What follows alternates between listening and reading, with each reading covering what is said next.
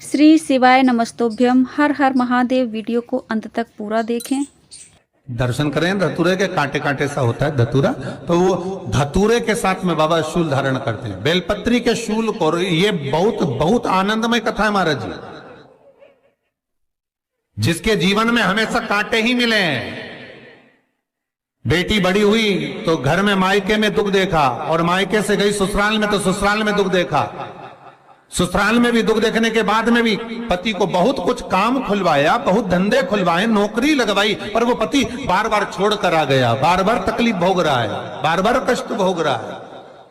फिर थोड़े दिन काम करता है, थोड़े दिन छूट जाता है, फिर व्यापार में बढ़ता है, फिर छूट जाता है, फिर कोई दुकान खुलवाई, थोड़े दिन अच्छी चली, फिर वापस वहीं घर पर आकर बैठ गया। अर्थात उसके जीवन में वो शूलता चल रही है।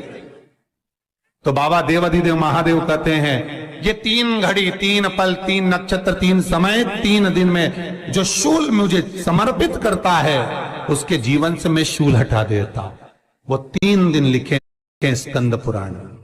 महाराज, बैसाख महीने में जो प्रदोष आती है, बैसाख के महीने में बहुत ध्यान से सुनना भाई, जो अपनी जिंदगी से बहुत तंग आ गए हो, परेशान हो गए हो, कष्टमय जीवन जी रहे हो, बहुत दुखी हो गए हो, उनके लिए ये स्कंद पुराण का चरित्र फिर मिले ना मिले, आप प्रेम से सुन लो। भाव से पहला, बैसाख महीने की प्रदोष, चाहे वो शनिचरी प्रदोष हो, चाहे रविवार की हो, सोमवार की हो, मंगल की हो, बुधवार की हो, गुरुवार की हो, शुक्रवार की हो, शनिवार की हो, कोई भी वार की हो, पर बैसाख महीने की प्रदोष, प्रदोष काल में शाम का समय सूर्य डूब रहा हो, बस डूबा ही हो, और उस समय पर सूर्य के डूबन के तुरंत बाद बाबा को धतूरे के साथ में बेलपत्री ना चढ़ाते हुए बेलपत्री के वृक्ष के 7 कांटे बाबा के शिवलिंग पर समर्पित करे जाते हैं महाराज, अपनी जिंदगी में अड़चनों को हटाने के लिए। फिर आप जिस व्यापार में उतरे, जिस व्यवसाय में उतरे, जिस नौकरी में उतरे, आप दिल से करें, आपको तरक्की मिलेगी। आप हार नहीं सकते, नीचे नहीं आ सकते, उन्नति पर ही चढ़ेंगे। एक वैशाख मास की प्रदोष,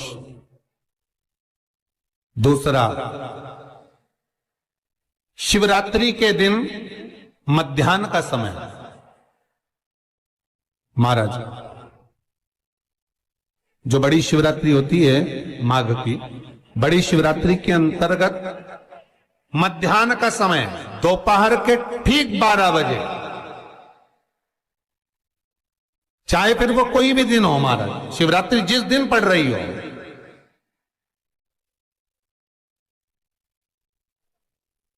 उस दिन भी धतूरे के साथ बाबा को 7 कांटे बेलपत्री के वृक्ष के समर्पित होते हैं महाराज। इसमें आप ये वाले जो कांटे हैं, जो शिवरात्रि के दोपहर 12 बजे वाले हैं, अगर कोई मदिरा पीने वाला हो, व्यसन में डूबने वाला हो, कोई जुआ खेलने वाला हो, कोई गलत वैश्यावृत्ति करने वाला, या अपने मार्ग से विचलित कोई व्यक्ति है, उसके लिए भी ये कांटे बहुत काम आते हैं महाराज।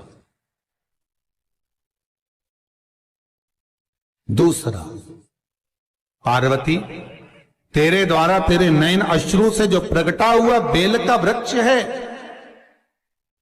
द्वितीय शूल मैं वहां धारण करता हूं, तृतीय शूल, तीसरा शूल जो वर्णन करा गया महाराज, भगवान श्रावण के महीने में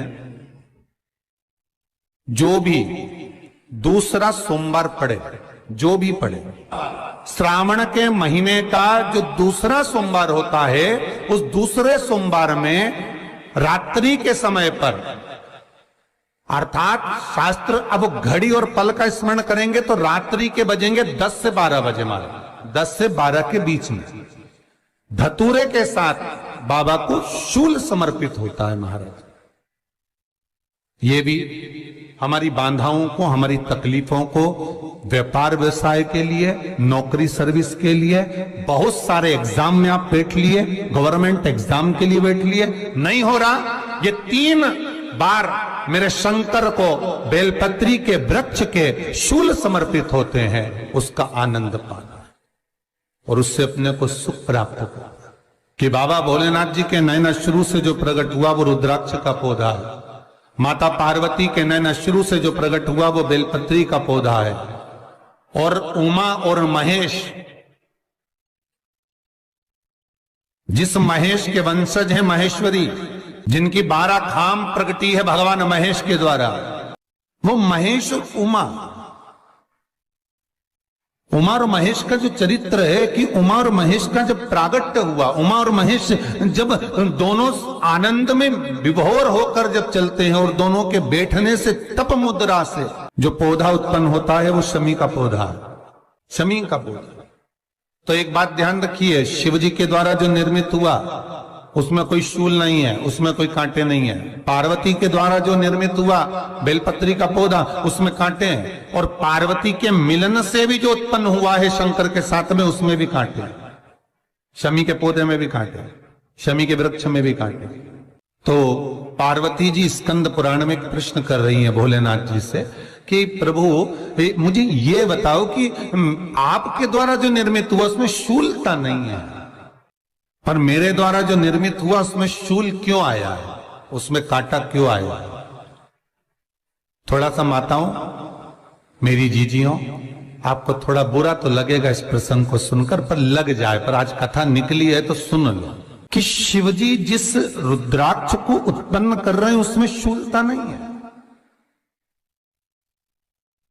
पर पार्वती जी जो संग में मिली हैं उसमें भी शूलता है, और पार्वती के द्वारा जो प्रकट हुआ बेलपत्र उसमें भी शूलता है। तो भगवान महादेव बोलते हैं, पार्वती मैं तुझे कुछ कहूं और कहने पर तुझे तेरे हृदय में कोई बात चुभे, शूल लगे तो मुझे ठीक नहीं लगेगा। नहीं नहीं नहीं, आप कहिए प्रभु, मैं सुनने के लिए तैयार हूं, आप तो बोलो कि कारण क्या है। भगवान कहते हैं, पार्वती बस अंतर इतना है, नारी का जो स्वभाव होता है, स्त्री का जो स्वभाव होता है, उसके हृदय में छोटी छोटी बात के शूल बहुत होते हैं। जेठानी ने ये कह दिया, देवरानी ने ये कह दिया, तुम्हारी मम्मी ये बोल दी, तुम्हारे पापा ने ये कह दिया, तुम्हारी बहनों ने ये कह दिया, तुम्हारे भाई ने ये कह दिया, तुम्हारे रिश्तेदार ने ये बोल दिया। ये नारी के भीतर ये शूलता रहती है। तो पार्वती जी बोली कि जितना तप आपने करा उतना तप मैंने करा, और जितनी साधना आपने करी उतनी साधना मैंने करी, और जितना आराधना दिल से आपने करी उतनी आराधना दिल से मैंने करी, फिर इसमें शूलता कहां से आ गई? भगवान शिव बोले, बस पार्वती बात इतनी सी है कि जब मैं आराधना करने बैठता हूं तो मेरी दृष्टि में सम्मुख में कुछ नहीं होता। जब मैं आराधना करने बैठता हूं तो मेरी दृष्टि में, मेरे सम्मुख में कुछ नहीं होता कि कौन ने क्या करा है, कौन ने क्या बोला है, कौन क्या कर रहा है, उससे मुझे मतलब नहीं होता, उससे मुझे कोई मतलब नहीं। पर पार्वती जब तू आराधना करने भी बैठती है ना, तो तेरी चित्त वृत्ति में कहीं ना कहीं किसी ना किसी रूप में कोई शूल आ ही जाता है। कई माताओं की आदत देखी साहब, भगवान की सेवा करने बैठी है तो भी भीतर थोड़ा सा शूलता भरी हुई है। महाराज बताओ, इतने सारे भगवान इकट्ठे कर लिए, मैंने बोला था बहू से कि वहां रख लेती है, बताओ इतने सारे यहाँ पर लाकर रख दिए हैं, अब इसकी सेवा करना पड़ रही है, अब ये करना पड़ रहा है। प्रसाद लेने के लिए रसोई घर में गई, भगवान का भोग लगाने के लिए, तो उसमें भी शूलता आ गई। इतने घंटों से मैं सामान ढूंढ रही, फ्रिज में मिल ही नहीं रहा, मैंने रख के गई थी, भगवान जाने कहां चले गए। भगवानों को वस्त्र पहना रही है तो शूलता है। अलमारी का ड्रॉज खोला, इसमें मैंने सामान रखा था, ना जाने भगवान का श्रृंगार कहां चले गया, कौन ने हाथ लगाया, फिर शूलता आ गई। भोजन करने बैठे तो शूलता है, कोई कार्य के लिए जा रहे हो तो शूलता है। अर्थात कहीं ना कहीं नारी के जीवन में शूलता बनी हुई है। और पार्वती, जब तुम भजन करो, तप करो, साधना करो, भक्ति करो, उसमें शूलता नहीं होना चाहिए। पार्वती जी ने कहा, भोलेनाथ तो क्या आप मुझे स्वीकार नहीं करेंगे बेलपत्री के रूप में? क्या मुझे स्वीकार नहीं करेंगे शमी पत्र के रूप में? पद्म पुराण, स्कंद पुराण, लिंग पुराण, नर्मदा पुराण और शिव महापुराण, ये सारी पुराणे वर्णन करती है। पार्वती जी का खंड आनंद वर्षित कर रहा है, वर्णन कर रहा है। पार्वती खंड वर्णन कर रहा है, सती खंड वर्णन कर रहा है, उमा संहिता वर्णन कर रही है। क्या आप मेरा ये बेलपत्र का स्वरूप आप धारण नहीं करेंगे? इसमें शूलता है, इसलिए भगवान कहते हैं नहीं नहीं, धारण तो करूंगा पर शूल धारण नहीं करूंगा, मैं शूल धारण नहीं करूंगा। मतलब बेलपत्री में जो कांटे लगे रहते हैं बेलपत्री की, उस डाली के अंदर जो कांटे शूल रहते हैं, भगवान शिव वो धारण नहीं करते। आप उस बेलपत्री को आप बड़े प्रेम से आनंद से पत्ते को निकाल लीजिए, तोड़ लीजिए, उतार लीजिए और फिर भगवान को वो प्रेम से समर्पित करो तो भगवान स्वीकार करना। पर भोलेनाथ,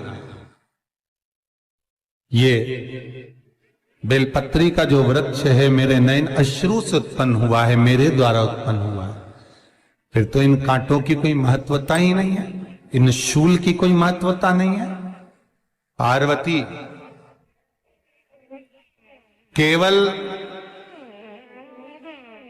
3 दिन ऐसे रहेंगे, 3 बार ऐसे रहेंगे, 3 तिथियां ऐसी रहेंगी, 3 समय ऐसा रहेगा जिस समय पर तेरे द्वारा निर्मित शूल को भी शिव धारण करेगा और जगत का कल्याण करेगा।